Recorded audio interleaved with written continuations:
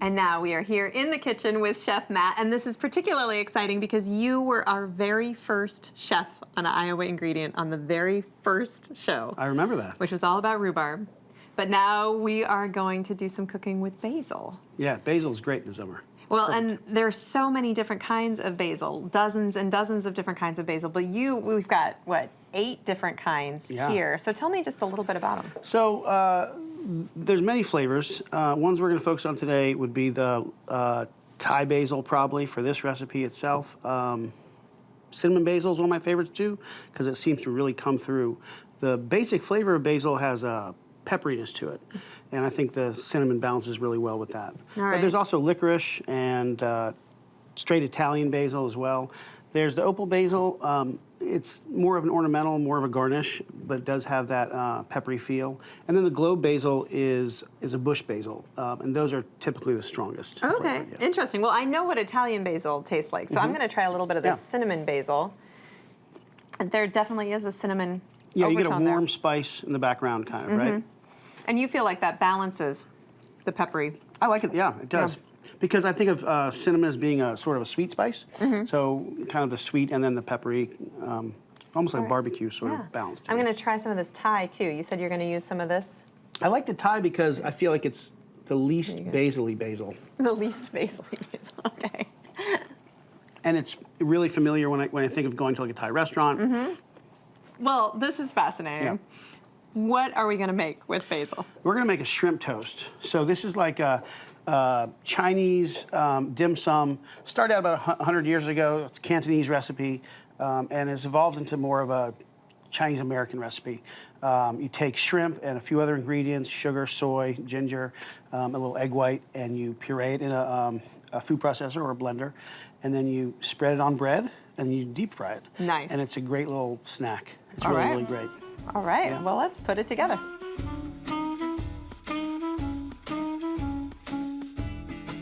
So we're going to put the shrimp in here first. This is about a pound of shrimp, ginger, garlic, a little bit of scallion. Wait, is that ginger and garlic together? Yep, yeah, that was the same bowl. Ginger, garlic, that's a different show. This is white sugar, cornstarch, helps to bind it a little bit. Toasted sesame oil, soy sauce. I like a smoked soy sauce. I'm a little snobby about that, but it just helps. I just like the flavor better.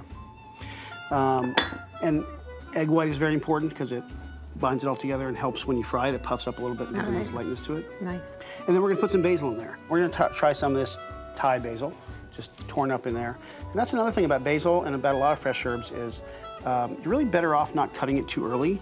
And I just like to tear it because it gets the oils out of it, which a lot of flavors there, and it makes your fingers smell really nice too. So. Nice. So it just releases the flavor right before you put it in there.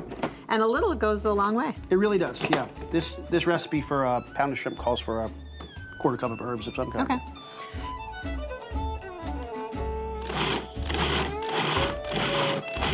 And once it starts going, we're going to scrape down the sides a little bit, and then let it go.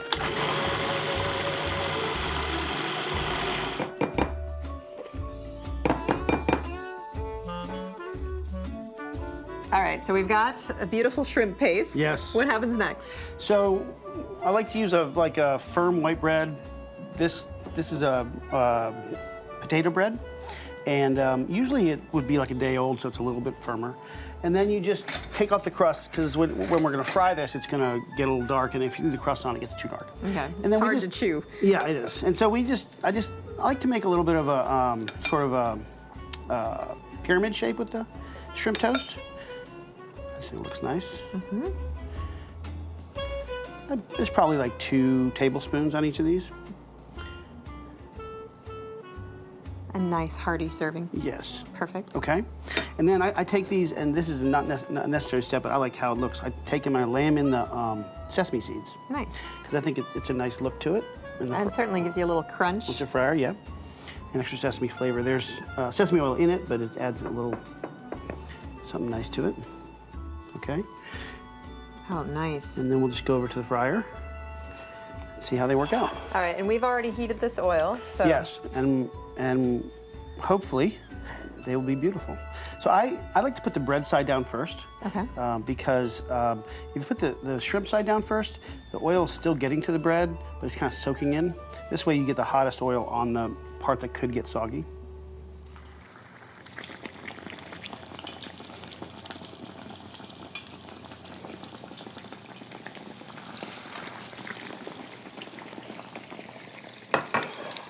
I'm gonna flip them over. Beautiful golden brown. Nice. And when I do these, I feel like the best result is because you've made a pyramid shape, right where the deepest part of that pyramid hits the bread should be just a little undercooked, right at the very bottom. If you go too long, it's okay. They get a little spongy, but they're still delicious. Going too short, you have a little bit of raw shrimp, and people aren't necessarily happy with that.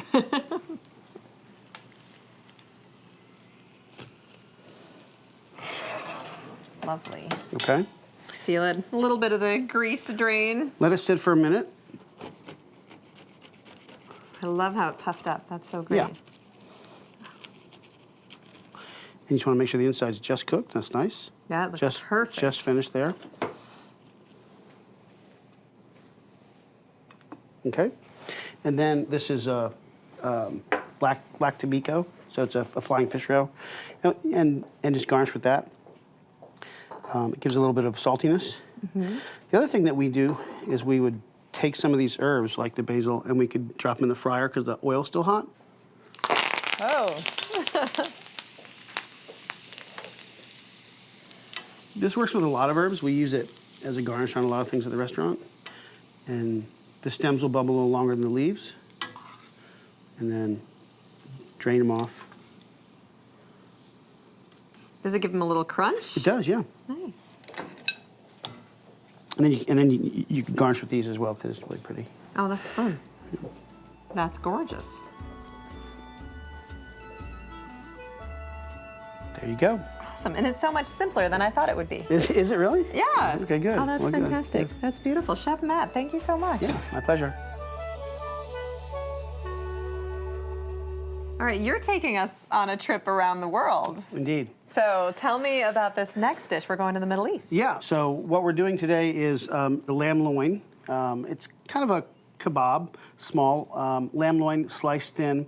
And then I made a marinade with lemon basil and cinnamon basil, garlic, some other dark spices. Urfa chili is a great chili that we use a lot for Middle Eastern things. And I also do a little dill in this too. Salt. I like to salt small pieces of meat late. Okay. Large roasts and things, I'll salt ahead of time, like a day ahead of time even for a large roast. But for something small like this, if you salt it too far ahead of time, it's going to kind of almost like cure it because it's so thin. And those will take, depending on your heat, those will take 2-3 minutes aside. Okay. And then we're going to garnish it with something that's called an Israeli salad. It's a salad that you do see all over Israel with roasts and even like street fare. So it's pretty much always cucumber and tomato. I've seen them with dill. I've seen them with just straight parsley or mint. We're going to use the lemon basil a lot in this one. I might even use a little bit of licorice basil as well. Okay. Then you've got sun-dried tomatoes, but you could use fresh tomatoes too? Normally you would use fresh tomatoes. Balancing the flavors of acid and salt together in a dish is 90% of the game. If I can get cooks to get that working, you know, the lemon versus the salt, it really can make anything that you're not that happy with just perfect. And I do a lot of lemon in this. And then we're gonna do chopped parsley, a nice amount of olive oil. Nice. And then we're gonna get to our basil. So we'll use a little bit of lemon basil. Like we talked about before, I really like to rip it up right at the end because it gets those oils out. And we'll do a little bit of the cinnamon basil because we have cinnamon basil on the marinade. Okay, and then we'll just stir that up. Check it for salt. Usually we'd make this an hour ahead of time, just to let the flavors kind of get to know each other.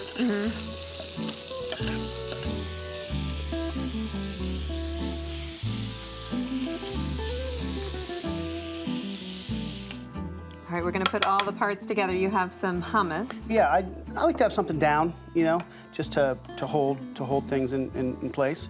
And then we'll do a couple And of if it the, happens to taste amazing, if then it that's happens even better, right? even better. And we'll do a couple of the lamb kebabs. And then our Israeli salad. And I just garnish with this a little bit. It's a nice little appetizer. And I like to finish things with olive oil and lemon and salt all the time anyway. Makes me feel good. Makes everybody feel good. And then we've got some of the globe basil, which is kind of the small bush basil that's a little bit more peppery. We'll garnish with that as well.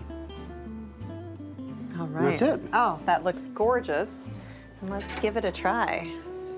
So one thing we do at the restaurant is you make really good pita bread. All right. So if you wanted to have a little of that with it, that would be a nice combination. and I'm gonna have some of this salad. I wanna make sure I get a little some bit of of the that hummus. amazing hummus and basil. And the basil's in the for salad. sure, and tomato.